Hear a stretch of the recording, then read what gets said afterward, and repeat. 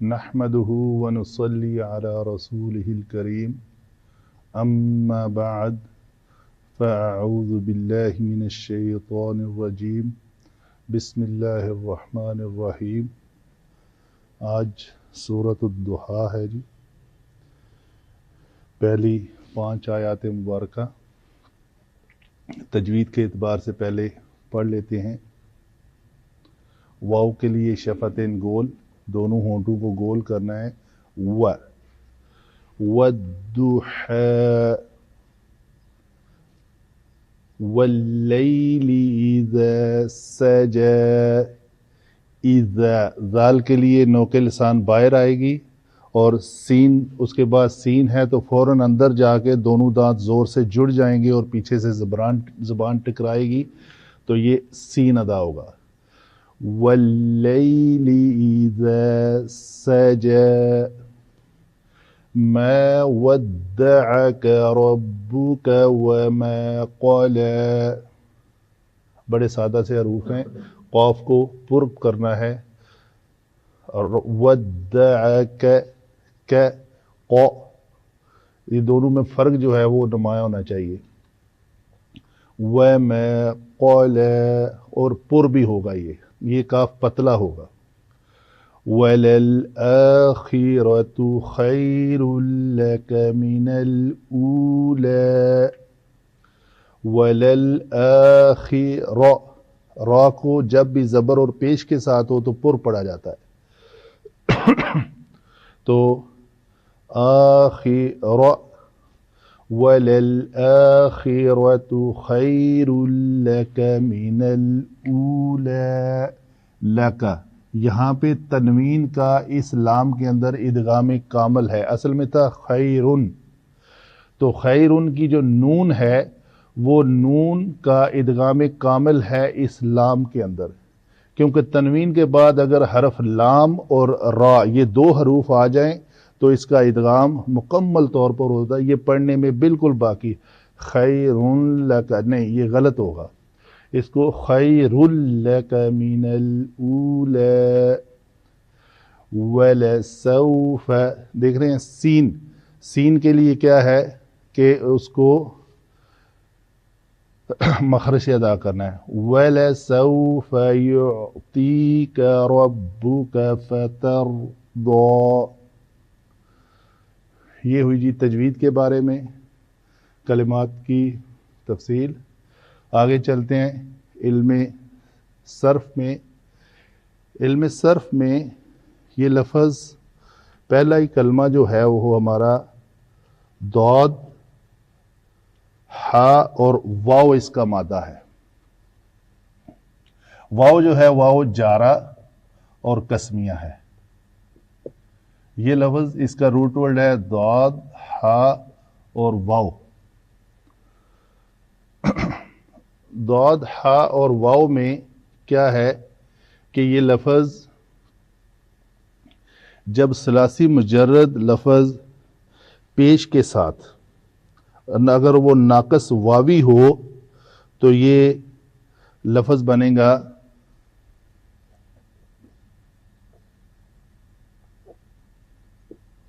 ضحیٰ۔ تو ثلاثی مجرد میں اگر فا کلمہ پیش کے ساتھ ہوگا کیا، یہاں پہ یہ واو جو ہے وہ متحرک ہے اور ماقبل زبر کے ساتھ ہے حرف علت، تو ہونا چاہیے کہ اس زبر کی وجہ سے واو کو الف میں بدل دیا جائے، تو اس واو کو اگر الف میں بدلیں تو یہ لفظ اس شکل میں بن جائے گا ضحیٰ، ٹھیک ہے جی۔ لیکن یہ لفظ لکھنے میں الف مقصورہ کی شکل میں لکھا ہوا ہے۔ ہوتا یہ ہے کہ نارملی اگر یہ لفظ دعا و فعل ہے تو دعا و کی واو جب عین کے اوپر زبر کی وجہ سے بدلتی ہے تو ہم لکھنے میں اس کو دعا ہی لکھتے ہیں۔ تو یہاں پہ ایک سوال پیدا ہوتا ہے کہ کیوں دعوا کی واو کو الف بنا کر الف ہی لکھا ہے اور ضحیٰ کی واو کو الف بنا کر لکھنے میں الف مکسورہ کی شکل میں لکھا ہوا ہے؟ تو اس کے لیے کلیہ ہے کہ ثلاثی مجرد میں اگر فا کلمہ پیش اور زبر کے ساتھ ہو، شرط ہے پیش اور زیر کے ساتھ ہو، پیش اور زیر کے ساتھ ہو، تو اس کے جو واو ہو آخر میں اس کو لکھنے میں الف مکسورہ کی شکل میں لکھا جاتا ہے۔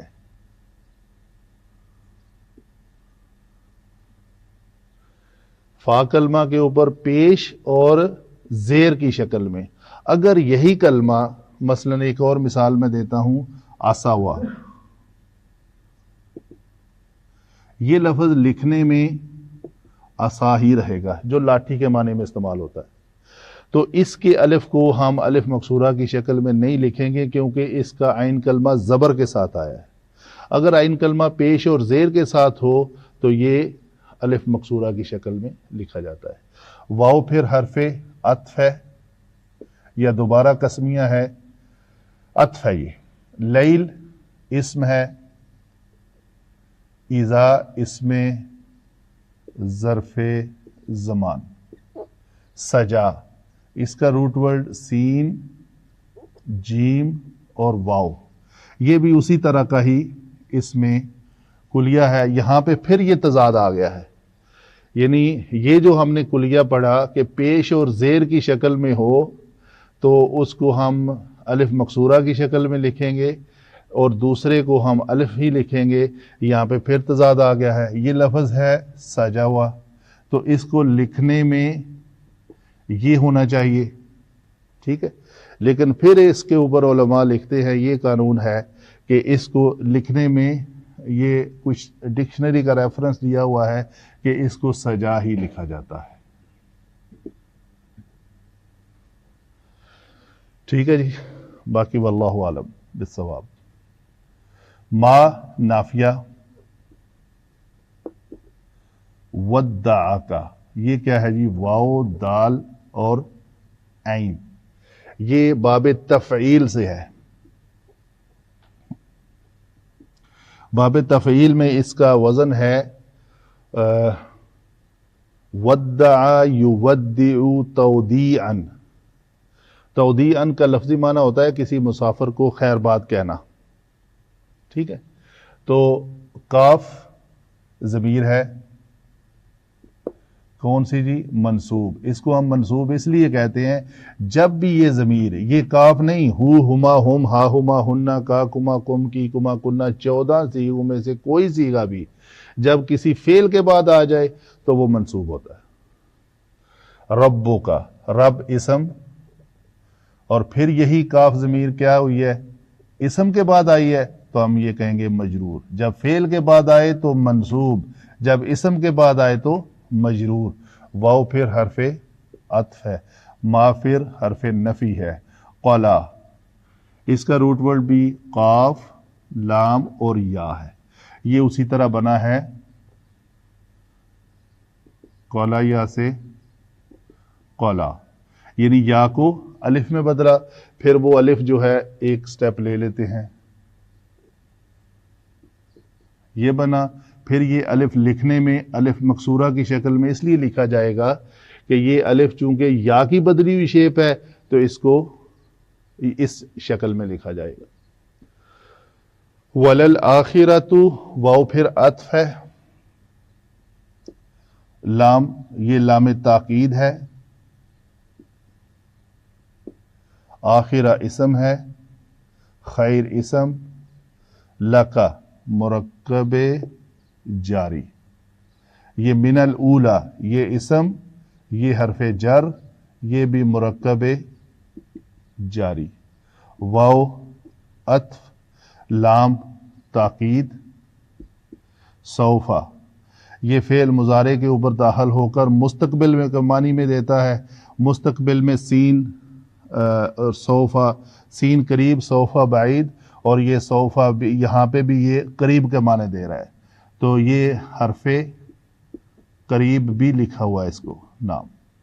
یعطی، یہ کیا ہے جی لفظ؟ عین تو اور واو اس کا مادہ ہے، یہ کاف جو ہے یہ تو ہوئی ضمیر، ضمیر کون سی جی؟ منصوب، اس لیے کہ فعل کے بعد آئی ہے، یعطی کے اوپر بات کر لیتے ہیں. یہ اس کی علامت مضارع پیش کے ساتھ ہے تو نظر آ رہا ہے کہ یہ باب افعال ہے. باب افعال میں یہ لفظ بنے گا اعطوا یعطیو، تو یعطیو یہ لفظ ہے. بڑا آسان سا کلیہ ہے کہ واو حرف علت متحرک ہے، ما قبل مکسور ہے، تو پہلے تو اس کے پہلے سٹیپ میں کیا ہوگا، حرکت حذف ہو جائے گی، یہ حرکت نہیں رہے گی. پھر دوسرے سٹیپ میں کیا ہوگا کہ اس کسرہ کی وجہ سے اس واو کو یا میں بدل دیں گے، تو یہ لفظ بن گیا یعطی، یہی ہمارا لفظ ہے. ربو کا یہ مرکب اضافی ہے، ایک اسم کی دوسرے اسم کے ساتھ اضافت. فا جو ہے یہ حرف عطف ہے. ترضا یہ لفظ اس کا روٹ ورڈ ہے را، داد اور واو. یہ جو آپ کہتے ہیں لفظ استعمال ہوتا ہے رضی اللہ عنہ، یہ وہی لفظ ہے. وہ ماضی ہے، یہ مضارع ہے. تو یہ باب سین سے آتا ہے. باب سین میں اس کا وزن ہے رضیوا یرضو. ٹھیک ہے جی. تو رضیوا جو ہے اس کسرہ کی وجہ سے واو یا میں بدل گئی، تو یہ ہم پڑھتے ہیں حضرت عثمان رضی اللہ عنہ. رضیہ فعل ماضی، اللہ ان سے راضی ہوا. ٹھیک ہے. تو یرضو، تو اس کو کیا کریں گے، یہ ہمارا صیغہ کون سا ہے، ترضو. ترضو میں ہوگا کیا، اس زبر کی وجہ سے یہ حرف علت واو جو ہے یہ الف میں بدل جائے گا، تو یہ لفظ بنے گا ترضا. ٹھیک ہے. پہلے ایک کام کر لیتے ہیں. پہلے یہ ہے کلیہ، یہاں پہ یہ تو یا ہوئی تھی اس کسرہ کی وجہ سے. یہاں پہ جب ثلاثی مجرد میں واو 1 2 3 تیسری جگہ سے ہٹ کر چوتھی، پانچویں، چھٹی جگہ پہ چلی جائے تو یہ تا 1 2 3 اور یہ 4، یہ چوتھی جگہ پہ چلی گئی ہے، اس وجہ سے یہ لفظ ہو جائے گا ترضیو. ٹھیک ہے. ابھی جب یا ہو جائے گی تو پھر اس یا کو ہم اس زبر کی وجہ سے الف میں بدلیں گے. ترضا میں اس الف کو واپس ترضا یا مکسورہ، یعنی الف مکسورہ کی شکل میں لکھنے کی وجہ یہ ہے کہ جو الف اصل میں یا ہو اس کو یا کی شکل میں لکھا جاتا ہے، تو جو الف اصل میں واو ہو اس کو الف ہی رہنے دیا جاتا ہے. یہ ہے ان دونوں کی مناسبت آپس میں. یہ یا تھی اس لیے الف مکسورہ ہو گیا، وہ واو تھا اس لیے الف ہی رہنے دیا اس کو. یہ ہوئی جی ہماری علم صرف کے مطابق الفاظ کو بنانے کا طریقہ کار. یہ علم نحو میں الفاظ کا آپس میں جوڑ کر جملہ بنانے کا نام علم نحو ہے. تو علماء لکھتے ہیں اس سے پہلے ایک فعل محذوف ہوتا ہے جی، اقسم.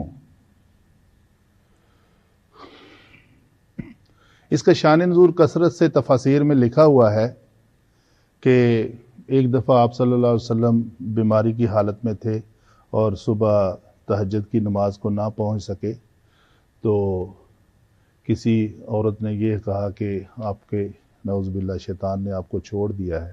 تو اس موقع پر اللہ تعالیٰ نے ان آیات کا نزول فرمایا. تو بہرحال اقسم والضحی واللیل، واو جو ہے وہ قسمیہ حرف جارہ اور یہ مجرور. یہ جار جارا اور یہ مجرور. اچھا یہ مجرور ہے تو والضحا واللیل، یعنی کیا ہو رہا ہے؟ چاشت کے وقت کی قسم اور رات کی قسم، تو یہ دونوں مل کر ایک مرکب جاری بن رہے ہیں، مرکب عطفی بن رہے ہیں، جس کا عطف اس واو کے اوپر آ رہا ہے. تو ہم کہتے ہیں جی یہ معطوف علی اور یہ معطوف ہے، یہ مل کر مرکب جارہ کا یہ کیا بنے گا جی؟ مرکب جاری. اذا کو ہم نے کہا یہ اسم ہے، کون سا؟ ظرف زمان، جب کے معنی میں آتا ہے، یعنی کسی وقت معینہ کی بات ہو رہی ہے. جب سجا وہ چھا جائے، تو سجا بھی یہ چونکہ واحد مذکر غائب کا صیغہ ہے، اس میں علامت ضمیر ہوا مستتر ہے، یہ علامت ضمیر ہے، ہمیشہ یہ مرفوع ہوتی ہے، اور یہ یہاں پہ فاعل ہے. فاعل جمع فعل، فعل جمع فاعل، بات ایک ہی ہے. تو یہ جو جملہ بنے گا، یہ جملہ اس اسم کے لیے محلن مجرور ہوگا. یہ اذا اسم ہے، اسم جمع اسم، تو یہ ایک مرکب اضافی بن جائے گا.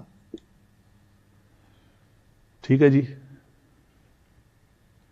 تو بات کچھ اس طرح بنے گی کہ میں قسم کھاتا ہوں چاشت کے وقت کی قسم اور رات کی، اور رات کی قسم اس وقت جب وہ چھا جائے، اس کا اندھیرا جو ہے وہ خوب گہرا ہو جائے. ٹھیک ہے جی. آگے ہے ما ودعک ربک وما قلی. ما نافیہ ہے، ودع چھوڑنا، کا آپ کو، تو اس میں علامت ضمیر کیا ہے جی؟ ہوا. علامت ضمیر مرفوع فاعل. اس سے پہلے فعل کیا ہے؟ ودع. اور کاف کو ہم نے لکھا تھا منصوب، یہ منصوب ہو کر مفعول بہ بن رہا ہے. اور یہ جو فاعل تھا مرفوع ہوا کی شکل میں، یہ ہمیں ایک بعد میں اسم ملا جو حالت رفع میں ہے، تو ہم کہیں گے یہ وہی فاعل ہے. تو فاعل رب، رب اپنے یہ مرکب اضافی ہو کر فاعل ہے، مرکب اضافی ہو کر یہ فاعل ہے. یہ علامت میں دے چکا. تو فعل، فاعل اور مفعول کے ساتھ یہ ایک جملہ بنا، نہیں چھوڑا آپ کو آپ کے رب نے. ٹھیک ہے جی. و پھر حرف عطف ہے. یہ بھی جملہ نفی کا تھا، یہ بھی جملہ نفی ہے، دو نفی جملوں کے درمیان ایک عطف ہے. تو یہ ما نافیہ، قلا، پھر یہاں پہ ہوا ضمیر، علامت ضمیر مرفوع اور فاعل، فاعل جمع فعل. ٹھیک ہے جی.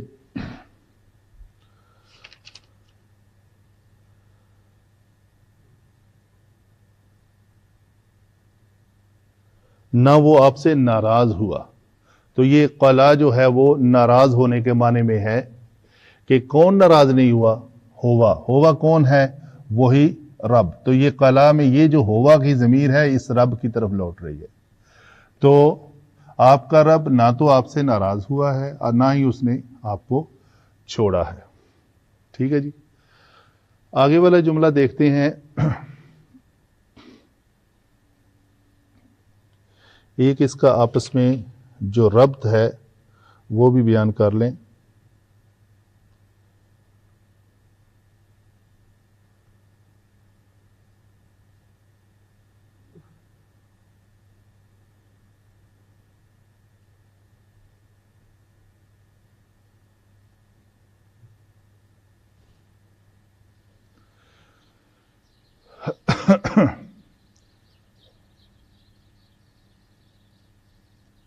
یہاں پہ ایک بات ہوگی کہ یہ جو مرکب جاری ہے یہ ہم کہیں گے متعلق محذوف فعل اقسم کے، یہ جو محذوف ہے یہ ہم یہاں پہ لکھ دیتے ہیں محذوف، چھپا ہوا ہے۔ تو یہ جو مرکب جاری ہے، پہلے مرکب عطفی پھر اس واو کی وجہ سے جاری، یہ تو ہے متعلق اس کے۔ تو یہ جو مرکب اضافی ہے نا، چونکہ اس میں کسی وقت کی بات ہو رہی ہے تو یہ ہم کہیں گے یہ محلن منصوب ہے اور یہ مفعول فی ہی بن رہا ہے۔ مفاعیل خمسہ 5 ہیں، مفعول بہی، مفعول معہ، مفعول لہو، مفعول فیہ، مفعول مطلق، ٹھیک ہے۔ تو ان سب کی اپنی اپنی ڈیفینیشن ہے۔ ہم مفعول فیہ کرتے ہیں ایسا اسم جو کسی کام کے ہونے کے وقت کو ظاہر کرے، یعنی کس وقت وہ کام ہوا۔ تو یہاں پہ اس کام کے ہونے کا جو وقت ہے وہ یہ ظاہر کر رہا ہے کہ قسم کھانے کا جو وقت مقررہ ہے، یعنی وہ کہتا ہے میں نے وہ کام جمعہ کو کیا تو وہ جمعہ مفعول فیہ ہوگا کہ جمعے والے دن اس وقت میں کیا۔ تو یہاں پہ یہ اذا سجا جو ہے یہ چونکہ ایک وقت معینہ کو ظاہر کر رہا ہے تو ہم کہیں گے کہ اس فاعل نے یہ فعل اس متعلق کے ساتھ اس جگہ اس وقت پہ کیا۔ مفعول فیہ وقت کیا تھا؟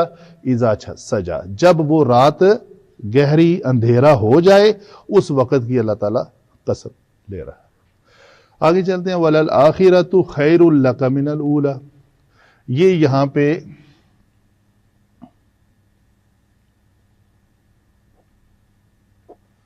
مبتدا ہے اور یہ اس کی خبر ہے، یہ متعلق خبر اول، یہ متعلق خبر 2، یہ بھی مرکب جاری ہے، یہ بھی مرکب جاری ہے۔ تو دو مرکب جاری کس کے متعلق ہیں؟ خبر کے۔ تو بات کیا ہو رہی ہے؟